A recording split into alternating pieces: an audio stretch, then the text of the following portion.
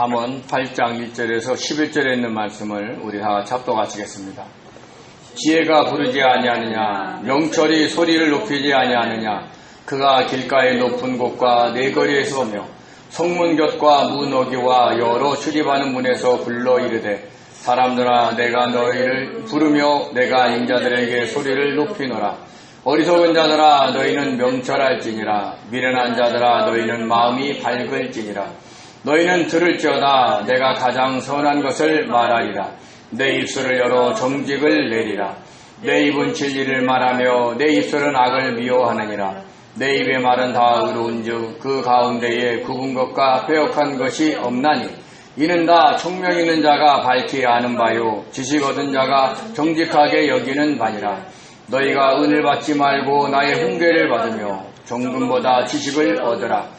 대저 지혜는 진주보다 나음으로 원하는 모든 것을 이에 비교할 수 없음이니라. 아멘. 아멘. 감사합니다. 우리가 7장에서 어리석은 자 중에 젊은이 가운데서 한 지혜 없는 자를 솔로몬이 보고 그가 어떻게 행동하느냐를 설명을 합니다. 그가 자기의 욕정을 자제하지 못하고 그 음녀가 있는 그 골목 모퉁이로 간 것을 본다라고 얘기하면서 이야기가 시작이 됩니다.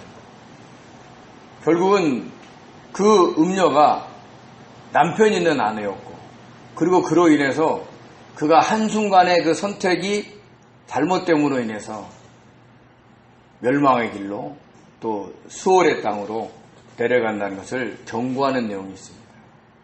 그러면서 이제 8장에서는 그 지혜가, 그러니까 지혜 없는 자들에게 향해서 지혜가 부르고 있다라고 이야기를 하고 있는 겁니다. 1절에 이렇게 얘기하죠. 지혜가 부르지 아니하느냐, 명철이 소리를 높이지 아니하느냐.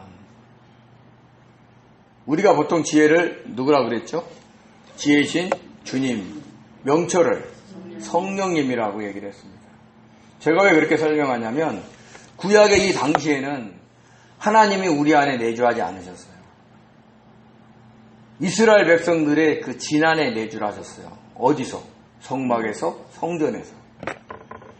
근데 그 구약 시대에서 성전 중심으로 신앙생활했던 것들이 잘못돼 가고 있었어요. 겉으로는 하나님께 정성껏 제사를 드리는데 나와서는 자기의 뜻대로, 자기 욕심껏, 그리고 다른 사람을 학대하면서 이웃을 사랑하지 않고 살아갔습니다.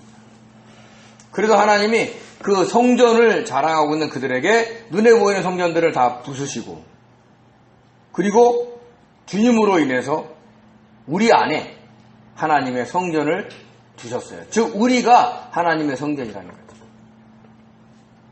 그때서부터 이제 지혜이신 주님 그리고 성령 하나님이 우리 안에 내주하셔서 우리를 부르고 우리를 인도하십니다. 이 관계를 알아야 오늘 이 구약 잠언 8장을 이해할 수가 있습니다. 지혜가 부르지 아니하느냐, 명철이 소리 높이지 아니하느냐. 그 당시에는 하나님이 어떤 외부에서 어떤 음성을 들려왔을지도 모릅니다. 그런데 오늘날 저희들에게 적용할 때는 우리 안에서 부르시는 하나님의 음성, 즉 주님의 음성, 지혜이신 주님과 그리고 명철인 성령님의 그 부르심이 있다는 거예요. 그것을 너희가 알라는 거죠. 그래서 지혜가 부르지 아니하느냐, 명철이 소리 높이지 아니하느냐라고 이야기를 하고 있는 겁니다. 그러면 그 지혜이신 주님이 어디서 부르느냐? 이렇게 얘기합니다. 그가 길가의 높은 곳, 네 거리에 서며 성문 곁 문어기와 여러 출입하는 문에서 불러 이르되, 이렇게 얘기를 합니다. 길가 높은 곳, 네 거리. 길가 높은 곳에는 잘 보이는 걸까요? 잘 안 보이는 걸까요? 음녀를 찾아가기 위해서 그 골목 모퉁이로 들어가는 음산하는 곳이 아니에요. 밝은 곳이에요. 네 거리는 사람들의 왕래가 많은 곳입니다. 성문 곁 문어기 여러 출입문은 뭐예요? 사람들이 드나드는 곳이죠. 이것은 사람들이 많은 곳에서 불렀다. 드러내놓고 불렀다. 그리고 우리에게 적용하면 우리 일상의 삶 모든 곳곳에서 하나님이 부르고 계신다는 거예요. 우리가 막 이 행동하고 있는데 우리 속에서 지혜이신 주님께서 야 그거 아니야. 너 이렇게 말해야 돼. 너 이렇게 행동해야 돼. 이러고 있는 거예요. 우리가 있는 모든 곳에서 지혜가 부르고 있다는 걸 얘기해주고 있는 겁니다. 근데 사람들이 몰라요. 왜 모를까요? 설마 하나님이 나를 부르실까? 설마 하나님이 나한테 얘기를 할까? 거기에도 관심만 가져도 대단한 거죠. 대부분 어떻게 돼요? 자기의 생각과 판단, 경험으로 모든 일을 해결하려고 한다는 거죠. 저라고 안 그럴까요? 저도 무슨 일이 생기면 급하게 머리가 돌아가는 게 있어요. 그러다가 자 이거 아니지 하고 그때서야 주님께 물어볼 때가 많아요.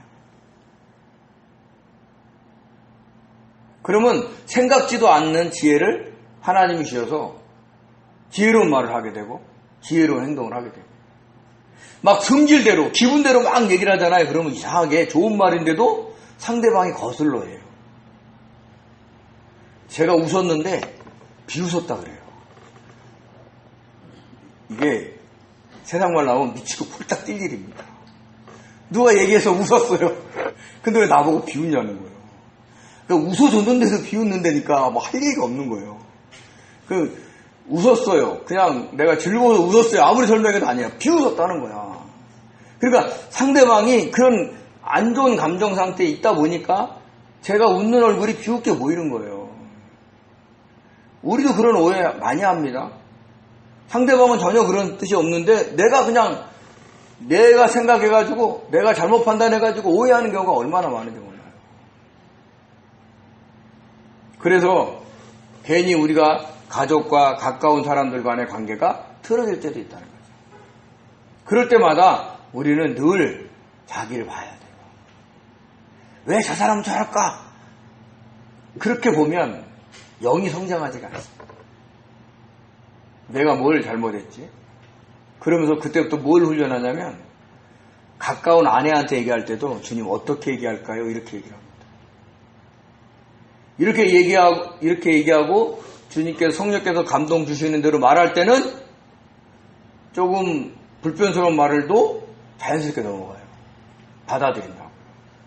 근데 이걸 놓치고 그냥 기분 좋고 탁 놓고 한마디 좋은 말인데도 툭 건드리면 비꼬우냐 비웃냐 뭐 이렇게 들어버리니까 미치는 거예요. 같이 일하는 사람도 아무 뜻 없이 얘기했는데 화났냐고 물어봐요. 나한테. 왜 그러냐 할 때 내가 음성이 좀 높았대요. 평소보다. 그래서 제가 그 사람한테 붙잡고 내가 그런 게 아니다라고 아무리 설명해도 이해를 못하니까 할 수 없죠. 그래서 내가 톤이 높았구나. 그럼 앞으로 내가 저 사람한테 일에 관련해서 얘기할 때는 좀 낮춰야 되겠다. 아무 생각이 없는데 그렇게 쭉 보는 거예요. 이렇게 지혜는 우리 생활 곳곳에서 우리를 부르고 있어요. 잠언 1장 20절 22절에도 똑같은 얘기를 합니다. 뭐라 그래요? 지혜가 길거리에서 부르며 광장에서 소리를 높이며 시끄러운 골목에서 소리를 지르며 성문 어귀와 성중에서 그 소리를 바라여 이르되 드러내놓고 얘기한다는 거예요. 근데 우리는 우리 안에서 그 주님의 음성을 들을 수 있는 여유가 없어요. 살다가 보면. 그러면 어떠냐? 사탄은 드러내놓고 얘기하지 않아요. 음침한 대로 가져가요. 아까도 살펴봤지만 잠언 7장 8절에서 9절에 그랬죠. 그가 거리를 지나 음녀의 골목 모퉁이로 가까이 하여 그의 집 쪽으로 가는데 저물 때, 황혼 때, 깊은 밤, 흑암 중에. 지혜는 밝을 때, 사탄은 어두울 때. 우리가 막 밝은 조명이 있을 때 나쁜 짓을 할까요? 아니면 어두울 때 나쁜 짓을 할까요? 어두울 때 나쁜 짓을 합니다. 어쩌면 그 사탄이 그런 환경을 다 조성한지 몰라요.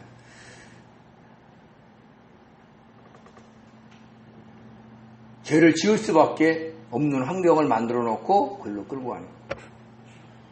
그거를 우리가 정말 조심해야 된다는 것을 잊지 마시기 바랍니다. 근데 이단들도 그래요. 이단들도 성도들을 꼬셔가지고 성경 공부를 할 때 뭐라고 해요? 다른 교인한테 절대 얘기하지 마. 왜요? 괜히 얘기했다가는 야 거기 이단 아니야? 이래가지고 들킬 수 있습니다. 그래서 하나님의 교회든 신천지든 처음 성도들을 데리고 오면 그 본교회 교인들한테는 절대 얘기하면 안 된다는 거예요. 은사자 중에서도 이런 게 있습니다. 은사자 중에서 우리 기도원에 와서 우리 교회에 와서 기도받는다고 아무한테도 얘기하지 마. 왜요? 남한테 얘기하면 사탄이 안 돼. 아니 사탄이 영물이에요. 얘기 안 해도 다 알아요. 근데 그때는 그 사람 말이 철떡같이 들리는 거야. 그래서 내가 그 은사자한테 기도받을 때는 가족한테는 얘기 안 한다니까요. 왜 그럴까요? 정상적인 교인이 보면 이상하게 보이니까. 내가 마음이 힘들고 뭔가 삶이 어렵고 그러다 보니까 회복하기 위해서 지푸라기에 잡는 심정으로 영적으로도 유혹돼서 끌려가는 거예요. 그럴 때 끌려갈 때 아무한테도 얘기하지 마. 왜요? 드러내놓으면 이상하니까. 그러면 그거는 옳은 길이에요? 옳지 않는 길이에요? 옳지 않는 길이에요. 진리는요 드러내는 거예요. 그러면서 불러 일렀다 이렇게 불러 이르다라는 뜻 히브리어 라나는요 큰 소리로 기뻐서 소리를 쳤다 이런 얘기를 하는 겁니다. 어떤 소리를 했냐면 4절서부터 8장 36절까지의 소리를 하는 거예요. 지른 거예요. 우리한테 알려준 거예요. 그 중에서 오늘 저와 여러분이 11절까지 살펴보겠다라고 얘기를 하는 겁니다. 첫 일성이 이렇습니다. 사람들아 내가 너희를 부르며 내가 인자들에게 소리를 높이노라 이렇게 얘기합니다. 사람 히브리어 이시 사람이에요. 인자 사람의 아들이에요. 그럼 똑같은 사람이라는 얘기를 하는 거예요. 그러니까 반복해서 계속해서 내가 여러 사람들한테 부른다라고 이야기를 하고 있다는 거죠. 왜 부를까요? 심심해서? 지혜신 주님이 우리를 왜 부를까요? 우리를 나쁘게 하려고 부를까요? 우리에게 영적으로 유익되게 하기 위해서 부르시는 거예요. 당장은 세상적인 관점에서는 손해나고 세상적인 관점에서는 돌아가는 것처럼 보이는 그 길을 주님은 우리를 불러서 그 길로 가라고 얘기할 때가 있어요. 그것은 영적으로는 유익이 안 되는 것처럼 보여도 영적으로는 육적으로는 유익이 안 되는 것처럼 보여도 영적으로는 유익이 되기 때문에 그 길을 가라고 그렇게 말하라고 그렇게 행동하라고 우리를 부를 수 있다는 것을 잊지 마시기 바랍니다. 그래서 계속해서 우리를 부르고 있다는 것을 잊지 마십시오. 그래서 어떻게 부르느냐? 어리석은 자들아 너희는 명철할지니라 미련한 자들아 너희는 마음이 밝을지어다. 여기서 어리석다라는 뜻의 히브리어 페티는요 그 단순한 순진한 사람을 얘기하는 거예요. 명철하다의 히브리어 피는 분별해라 이렇게 얘기를 합니다. 그러니까 단순한 사람들아 순진한 사람들아 너희는 분별할 줄 알아라. 이건 좋은 의미로 쓰일 수도 있지만 세상의 복잡다단한 것들을 너무 단순하게 보는 거예요. 자기중심적으로 아예 그냥 간단하게만 평가를 하는 거예요. 그래서 수많은 사람들이 다양한 환경 속에 있으면서 여러 가지 경험을 통해서 얻어주는 그 모든 것들을 이해하지 못하는 거예요. 그러니까 분별할 게 없어. 내가 좋으면 그냥 너 좋은 사람, 내가 나쁘면 너 나쁜 사람, 너 인상 참 좋네? 내 사람, 너 인상 참 안 좋네? 너 아니야. 뭐 이렇게 되는 거예요. 그런 사람들에게 뭐라고 하냐면 너희들은 분별하라 이렇게 얘기를 하는 거예요. 그래서 내가 단순하게 생각하는 거 이런 것들을 떠나서 내가 이 사람은 이런 환경 속에서 이렇게 생각할 수 있구나로 이해할 수 있는 분별력이 있어야 되는 거예요. 안 그러면 딱 두 부류를 나눠서 좋은 사람, 나쁜 사람 이렇게 나눌 수가 있다는 거죠. 그러면 우리는 다른 사람들을 선한 마음으로 대하지 않는 거예요. 그래서 저와 여러분이 단순하게 생각했던 거를 다 내려놓고 이런 경우에 다가오는 사람이 반드시 내가 알고 있는 그런 사람이라고 생각하지 말고 그때 주님께 묻고 주님 이 사람은 왜 그렇습니까? 그 지혜를 구하라는 거예요. 그럼 주님께서 생각보다 나에게 다가오는 사람의 마음을 나한테 입혀주실 때가 있어요. 그 사람의 현재 처지, 그것이 예민한 사람들이 은사자다 그래가지고 은사활동을 하는 경우도 있습니다. 근데 그 은사자만 아니라 우리들도 그러니까 너무 단순하게 세상을 보지 말라는 거예요. 복잡하게 보되 그걸 다 이해하려고 하라는 거예요. 누구의 마음으로? 주님의 마음으로. 그걸 얘기하고 있는 거예요.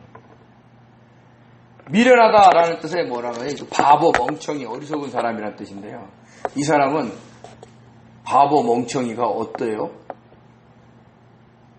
자기 주장을 굽히나요? 한 번 얘기하면 안 듣습니다. 다른 사람이 별 얘기를 해도 안 들어요. 저도 그런 경우가 있어요. 바보 같은 경우. 성도님들도 있지요. 성도님들 주변에도 이런 사람들이 있습니다. 그러니까 오늘날 우리들을 표현하냐면 고지식한 사람, 자기 고집이 강한 사람, 이런 사람들을 얘기하는 거죠. 그런 사람들에게도 밝아라 라고 얘기하는데 히브리어가 아까 명철하다의 빈과 똑같아요. 분별하라 이런 얘기를 하는 거예요. 그러니까 너 고집대로 살지 말고 다른 사람을 이해하면서 살아가라 이렇게 얘기를 하는 거죠. 다양하다는 겁니다. 그래서 어리석은 자들아, 미련한 자들아, 그러니까 내 얘기 아니구나, 저 옆에 있는 성도 얘기구나, 아니 우리 집에 있는 누구 얘기구나 이러지 마시고 저와 여러분에게 하시는 말씀이라니까요. 우리도 단순하게 사람을 대할 때가 있어요. 좋은 사람, 나쁜 사람. 그리고 이것은 내가 뜻하니까 절대 굽히지 않아야 되겠다 라는 그 고집스러운 때가 있다는 거예요. 그럴 때 자기를 내려놓을 줄 알아야 내 앞에 있는 사람을 이해할 수 있는 분별력이 생기는 거예요. 그거를 지금 이야기하고 있다는 거예요. 그러면서 뭐라고 하냐면 너희는 들을지어다 내가 누구예요? 지혜가 가장 선한 것을 말하리라. 내 입술을 열어 정직을 내리라 이렇게. 여기서 선한 것의 히브리어 나기드가 통치자, 지도자, 우두머리, 방백이라는 뜻이 있어요. 그럼 읽어보면 내가 가장 통치자를 말하리라 이런 뜻 아니죠. 통치자의 말을 하겠다는 거죠.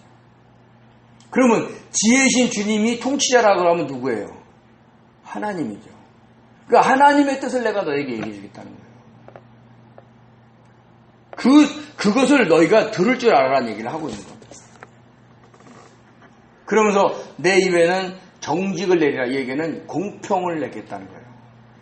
편애하지 않는다는 거예요. 주님은 저 사람은 기도를 엄청 하니까 저 사람 기도는 많이 들어주고 나는 기도 별로 안 하니까 안 들어주고 그러지 않아요. 하나님은 공평하셔요. 기도를 많이 해도 주님을 찾지 않으면 이 말이 모순되는 것처럼 보여도 기도 많이 하면서 주님 안 찾는 사람 있어요? 기도하는 척 해요. 근데 정작은 주님께 맡기지 않고 기도는 주님께 하는데 자기가 다 판단하고 이렇게 해야지 저렇게 해야지 생각하는 사람들이 있다는 거죠. 저도 그럴 때가 있어요. 입으로 막 기도하는데 이거 기도 끝나고 이렇게 행동해야지. 기도 끝나고 이 일을 이렇게 처리해야지. 이럴 때가 있다는 거예요. 그러니까 그런 사람들은 어떻게 돼요? 주님께 기도하는 거예요? 아니에요. 주님은 주님을 진짜 의지하는 사람. 그러니까 기도를 많이 한다고 들어주는 게 아니라 기도를 적게 해도 그 마음 중심에 주님을 얼마나 의지하느냐. 공평하신 분이에요. 물론 기도를 많이 하면 주님을 그만큼 더 의지하죠. 그러니까 제가 말씀드린 거는 그 기도의 순도를 얘기하는 거예요. 얼마나 순수하게 주님을 찾느냐. 그래서 저와 여러분이 기도를 많이 해도 순수하게 주님을 찾아야 돼요. 그러려면 어떻게 돼요? 네? 주님께 내가 어떤 걸 요구하는 것보다도 어떤 문제에 대해서 주님의 뜻을 구해야 돼요. 주님, 우리 자녀가 이런 문제가 있습니다. 어떻게 기도하기를 원하십니까? 내가 기도할 때는 어떻게 돼요? 우리 자녀가 이렇게 하고 이렇게 행동하고 이렇게 행동했으면 정말 믿음이 좋아 보입니다. 하고 이렇게 만들어주세요. 그건 내 생각이에요. 근데 자녀를 위해서 기도할 때도 주님은 어떤 기도를 내가 하기를 원하시는지 그렇게 주님께 주권을 맡겨드리면서 주권을 드리면서 주님께서 주시는 그 응답 속에서 그 기도 제목을 하셔야 됩니다. 그럴 때 하나님이 기도를 많이 하든 작게 하든 그 중심에 따라서 하나님이 공평하게 우리를 대해준다는 것을 잊지 마시기 바랍니다. 그러면서 7절에 이렇게 얘기합니다. 내 입은 진리를 말하며 내 입술은 악을 미워하느니라. 진리, 간단히 얘기하면 하나님의 말씀이에요. 요한복음 17장 17절에 이렇게 얘기합니다. 그들을 진리로 거룩하게 하옵소서. 하나님의 말씀은 진리이다. 진리가 어떻게 사람들을 거룩하게 해요? 하나님의 말씀이기 때문에. 하나님의 말씀이 있는 사람은 거룩의 길로 가요. 구별된 길을 간다니까요. 이 세상에 있는 사람들이 그 넓은 길로 막 달려갈 때 좁은 길로 갈 수 있는 능력이 생긴다니까요. 그게 진리예요. 우리가 대학이나 아니면 훌륭한 철학자한테 배우는 것이 진리가 아닌 겁니다. 진리는 기록된 하나님의 말씀이고 그 기록된 하나님의 말씀이 나한테 적용이 될 때 그게 진리인 거예요. 거기까지가. 우리가 늘 읽는 성경책이 진리가 아닌 사람, 진리가 아니라고 하는 사람이 어디 있겠어요? 다 진리죠. 근데 그렇게 삽니까? 그렇게 믿습니까? 그렇게 믿고 사는 데까지가 진리인 거예요. 그렇기 때문에 너희를 진리가 거룩하게 할 수 있다고 하기 때문에 진리로 거룩하게 하옵소서라고 주님이 기도하시는 거예요. 저와 여러분이 성경을 많이 읽어도 그 말씀에 따라 순종하려는 마음이 없으면 그건 진리로 우리 안에 있는 게 아닌 거예요. 그래서 힘들고 어려워도 답답하고 괴로워도 정말 미칠 것 같아도 우리가 진리신 하나님의 말씀에 순종하려는 그 자세를 잊지 마시기 바랍니다. 그러면서 지혜는 뭐라고 하냐면 악을 미워한다라고 이야기를 했습니다. 하나님이 선하기 때문에 악은 당연히 미워하는 거예요. 악이 뭡니까? 악이. 하나님의 뜻 외가 다 악이에요. 내 뜻과 내 주장이 악일 수 있다는 거예요. 그래서 내가 원하는 대로 막 삶이 안 굴러갈 때 때로는 주님, 이게 주님의 뜻이면 제가 이걸 받아들일 수 있는 능력을 나한테 주세요. 제가 어떨 때 일을 막 하는데 몸이 너무 이렇게 처질 때가 있어요. 그때 기도합니다. 주님, 내가 이것을 감당해야 될 일이면 나에게 좀 새 힘 주세요. 그리고 일하면 어느 순간인가 하나님이 내가 막 몸이 처지면 감정도 틀어지잖아요. 그게 다 사라지고 그 일을 기쁘게 일할 수 있도록 나에게 능력을 주세요. 그렇게 매 순간 나의 처지를 얘기하는 거예요. 어떤 분이 저한테 상담하면서 본인의 어떤 안 되는 부분에 대해서 막 얘기를 하는데 이분은 얘기할 때마다 안 되세요. 제가 참 답답해요. 그래서 얘기했어요. 성도님의 마음을 주님께 그대로 얘기하라는 거예요. 얘기한다는 거예요. 어떻게 얘기하냐. 근데 기도하면서 얘기한다는 거예요. 나한테 하듯이 얘기합니까? 그때 안 한다는 거예요. 그러니까 목회자한테 상담하듯이 얘기하라고요. 주님께. 주님, 왜 그럴까요?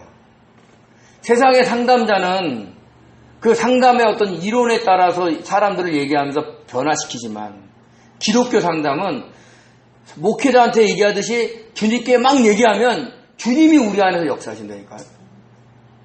목회자도 결국은 주님의 은혜를, 주님의 능력을 힘입어서 사람을 변화시키는 거예요.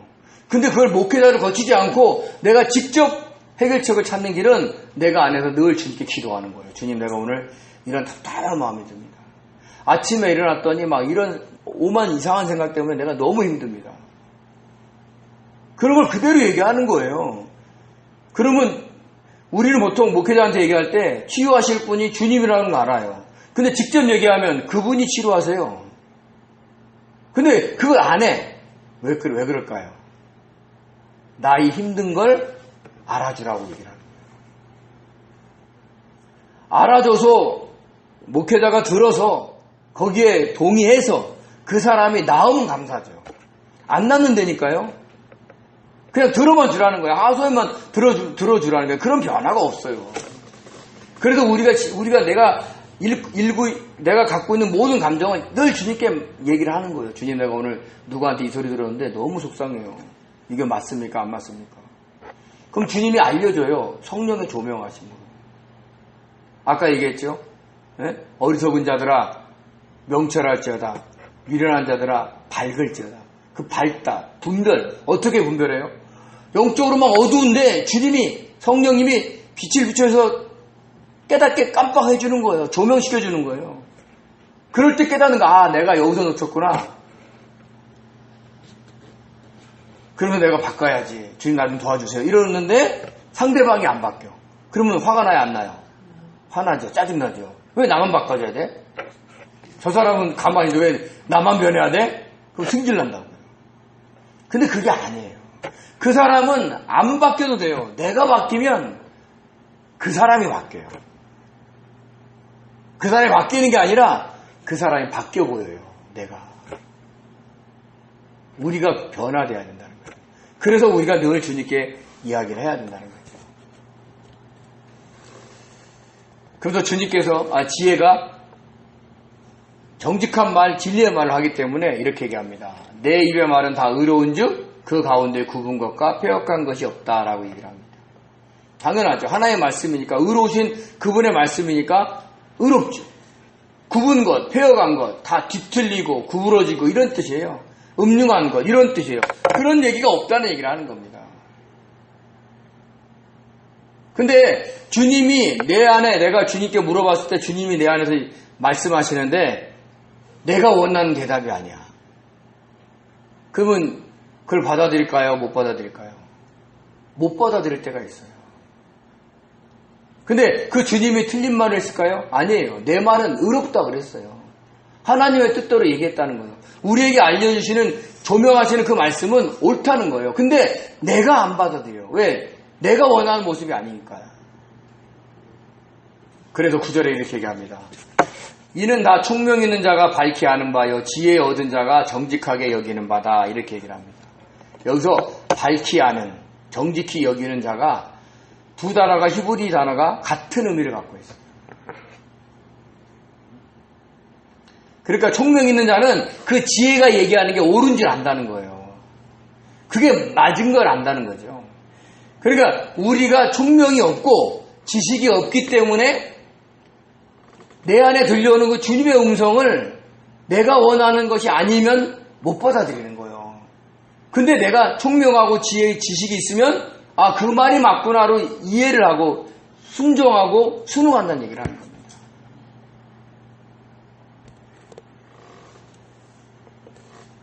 그래서 세 번에서 이렇게 얘기합니다. 총명 있는 사람은 이 모든 말을 옳게 여기고 지식이 있는 사람은 이 모든 말을 바르게 여긴다. 무슨 말이요? 지혜가 막 얘기하는 것들, 우리 안에서 지혜신 주님께서 말씀하시는 것들을 내가 총명이 있으면 깨닫고 안다는 거예요. 총명이 없으면 거절하죠. 왜요? 억울하거든. 내가 손해나거든. 그러지 말라는 얘기라는 거예요. 그러면서 10절에 이렇게 얘기하죠. 너희는 은을 받지 말고 나의 훈계를 받으며 정금보다 지식을 얻으라. 정금보다 지식을 얻으라. 은이 귀한 거죠. 금도 귀하죠. 요새 금값 귀하잖아요. 근데 여기서 얻다, 지식을 얻으라 할 때 얻다의 히브리어 바하르가요, 선택하라는 얘기를 하는 거예요. 그러니까 우리는 정금을 선택할 수도 있고 지혜이신 주님의 말씀을 선택할 수도 있다는 거예요. 나의 이익을 선택할 수도 있고 주님의 말씀을 선택할 수도 있다. 그렇다고 해서 나의 이익이 주님의 말씀에 항상 배치된다, 그런 게 아니에요. 때로는 주님은 나의 이익을 위해서 얘기할 수도 있어요. 다양한 거예요. 내가 어떤 물질을 소유하는 것, 세상 것이니까 주님이 싫어한다, 그런 게 아니에요. 내가 이 물질을 얻도록 주님이 허락하실 수 있어요. 그러니까 그것은 내 선입관을 내려놓고 주님께 물어봐야 되는 거죠. 그래서 너희는 선택해라. 너의 이익을 선택할 거냐, 아니면 주님의 말씀을 선택할 거냐, 결정해라는 얘기를 하는 거예요. 그럴 때 우리가 얻는 것이 얼마나 소중하냐면 11절에 이렇게 얘기합니다. 대저 지혜는 진주보다 나음으로 원하는 모든 것을 이에 비교할 수 없다. 진주보다 낫다라는 게 낫다의 히브리어가 토브예요. 하나님의 선임. 그러니까 지혜가 진주보다 하나님의 뜻이라는 얘기를 하고 있는 거예요. 이걸 세번역으로 이렇게 얘기합니다. 참으로 지혜는 진주보다 좋으며 내가 갖고 싶어하는 그 어떤 것도 이것과 비교할 수 없다는 거예요. 그러니까 주님의 말씀에 막 순종해서 어떤 것이 되어졌을 때 그 기쁨은 은과 금과 진주보다 훨씬 낫다는 얘기를 하는 거예요. 이 세상의 돈, 권력, 지위보다 훨씬 낫다는 거예요. 왜? 내가 주님과 가까워졌기 때문에. 그래서 잠언 2장 5절과 6절에서도 이렇게 얘기하죠. 은을 구하는 것 같이 그것을 구하며 감추어진 보배를 찾는 것 같이 그것을 찾으면 뭐예요? 여호와를 경외하기를 깨달으며 하나님을 알게 된다는 거예요. 실제적으로 막 정금 막 구하는 것처럼 지식을 구하는데 결정적인 순간에는 나의 이익이 되는 은과 정금을 선택하지 않고 주님의 말씀을 딱 선택했을 때 뭘 깨달아요? 여호와를 경외하는 것, 하나님을 알게 된다는 거예요. 저와 여러분의 삶이 늘 이렇게 하나님을 알아가기 위해서 지혜신 주님의 음성, 그 외침을 들을 줄 아셔야 돼요.